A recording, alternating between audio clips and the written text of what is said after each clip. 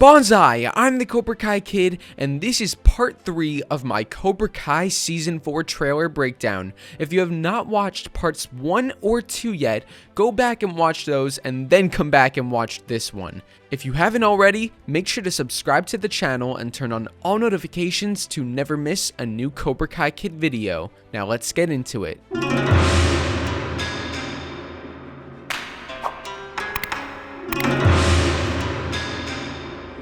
Okay, now here we go. We have a clip of Robby Keene, who looks to be dipping Tori at prom. You can see everyone in the background dressed in suits and dresses. You can also see on Tori's wrist, she has a corsage. So the fact that everyone's dressing, the fact that Tori has a corsage on her wrist, and the fact that Robby is dancing with her shows that this has to be a prom scene from the school. Now what's interesting is both Robby and Tori got expelled from the school after the fight. So how did they get back in? Maybe Terry Silver had something to do with it and he was able to get them back into school, or maybe the two of them crashed to prom and now it's Robby and Tori, and then I could see Miguel and Sam being together and it's kind of a thing where they're all trying to make each other jealous, and then I think that a fight is gonna break out. I have two predictions for this scene. My first one is that it's either gonna take place in season 4 episode 5 or that it's gonna take place in season 4 episode 9, and here's why.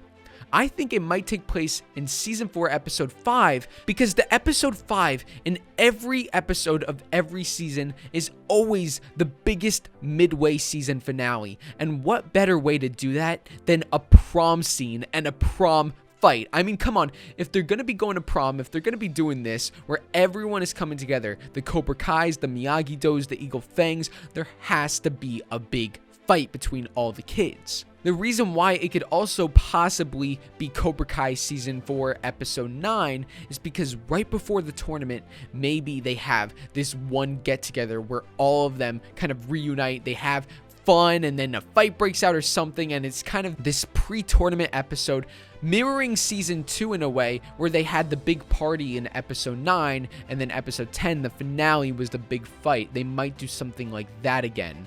It'll be cool to see some of our Cobra Kai characters dancing, and Robby and Tori definitely look like they got some moves, so that'll be very fun to watch. Dance team, assemble! 1, 2, 3, 4, 5, 6, 7, 8.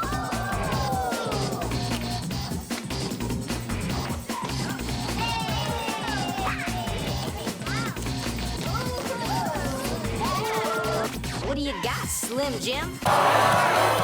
We then have this scene of Johnny and Carmen in Johnny's apartment, and Johnny is kissing Carmen. They're still together. She's smiling at him, so everything's going really great, but the question is, are they going to tell Miguel that they're together?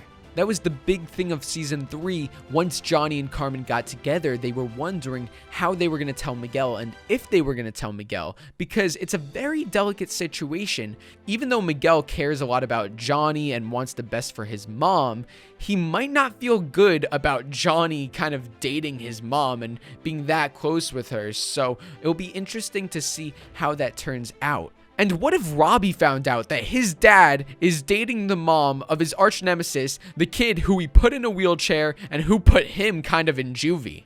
I think season 4 is going to get very messy with this plot, and I mean that in an entertaining way. I think Miguel will find out that they're together. I think Robby's going to find out that they're together, and Johnny and Carmen, even though they both love each other and they love being together, it might have an effect on both of their kids, and then it might lead to some drama. So that'll be very fun to see, and fun to see how it unfolds. We then cut to a clip of Tori, and this one is very interesting. We can see she has purple hair and she's wearing a seashell bikini.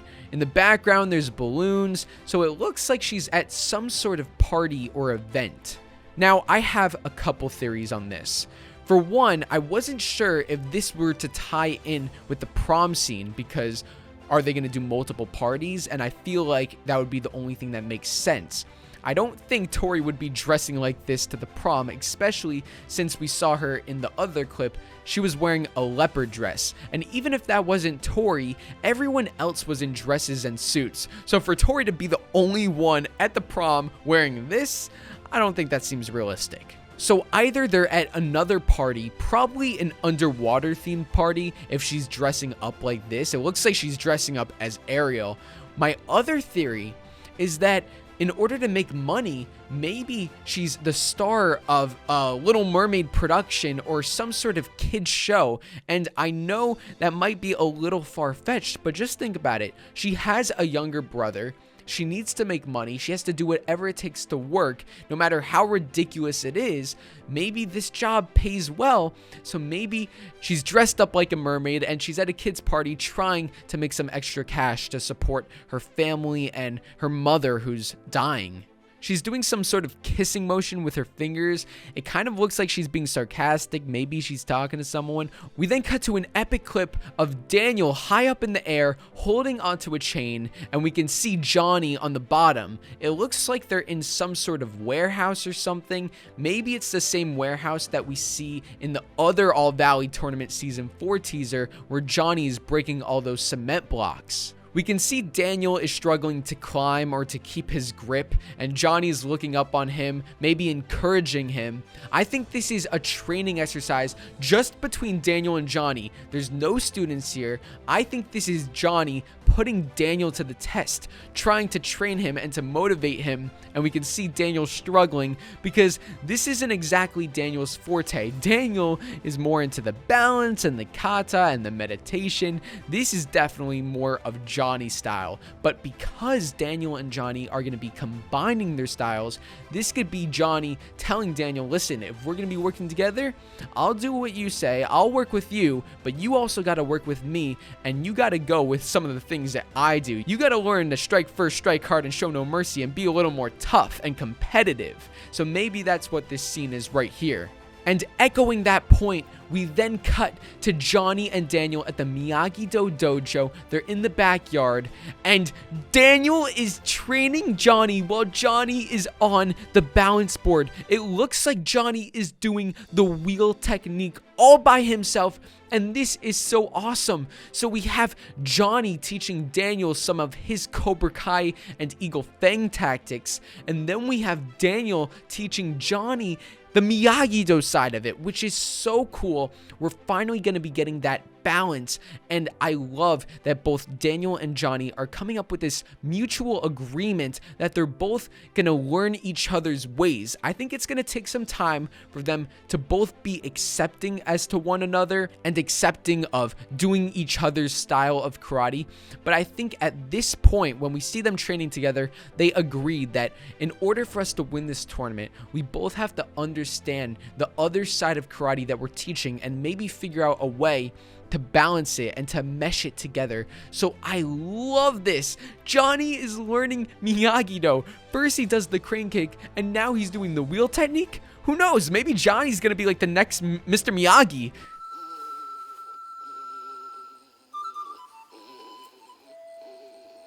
Now our next clip is very interesting. We can see here that we are in a gymnasium. The focus is on this girl in the middle who is doing a back handspring.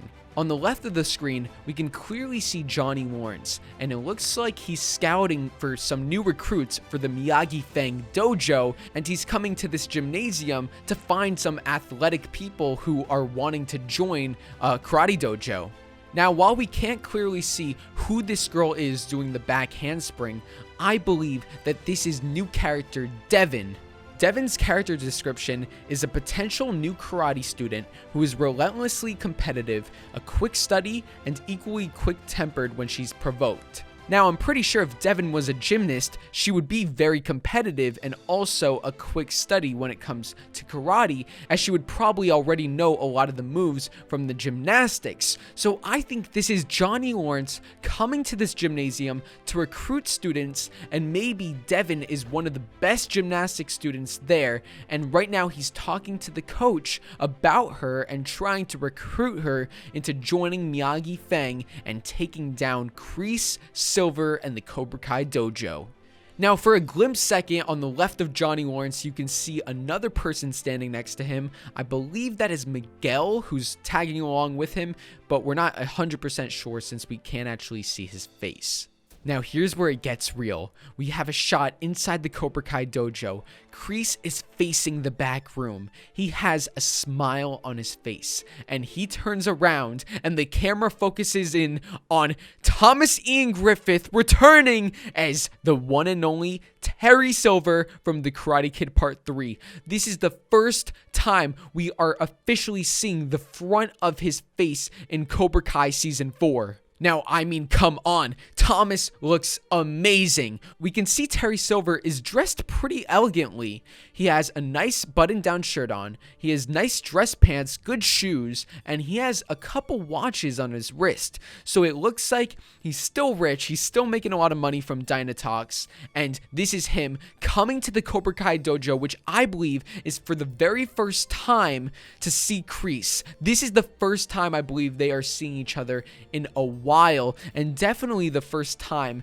since KREESE made that phone call to him. Now, it looks like KREESE was facing the back room, and Terry Silver said something which made KREESE recognize his voice and smile, and then turn around, and then there they are, both looking at each other, old friends, once again reunited.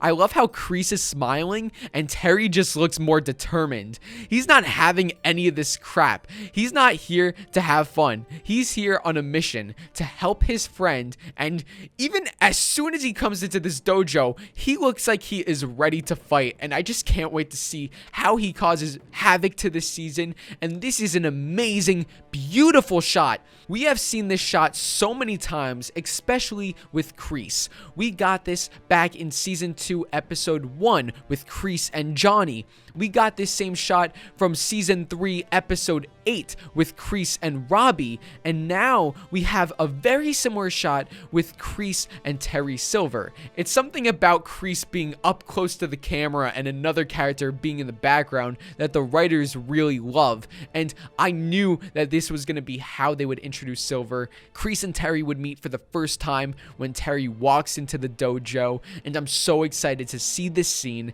and to see their first reaction. I believe that this is going to actually be how Season 4 Episode 1 ends. I believe this is going to be the end of the first episode, is them seeing each other for the first time, and then we're going to actually see what happens with this scene in Episode 2 of Season 4. We then cut to the clip of Terry Silver tying his ponytail, the same clip that we saw from the All Valley Tournament Season 4 teaser, but this clip has a couple extra frames, so we can see Terry Silver is really getting back into the Terry Silver that we all know and love by putting on the ponytail. We can see he's most likely wearing a karate gi, and he's ready to cause havoc. And one of the most epic clips from the whole trailer, Terry Silver is not punching, but demolishing a punching bag. He is smiling. He is having a great time as he destroys this punching bag, probably imagining Daniel's face on the other side of it. It looks like he hasn't really done too much karate in a while, and he hasn't really had a mission like this in a while. So I think he's just excited to step back into this and to step back into being an evil, conniving person like he was back in Karate Kid 3. He's ready for his revenge. He's got the ponytail up. He's looking ripped. He looks in really good shape, and it's going to be an exciting season seeing this guy really mess with everyone in the valley. KREESE literally opened up Pandora's box by giving him that phone call and inviting him back to the valley. Silver is out for blood. Now, while we see this clip of KREESE looking at Terry Silver, we also hear KREESE's voice saying, "They're not the only ones teaming up."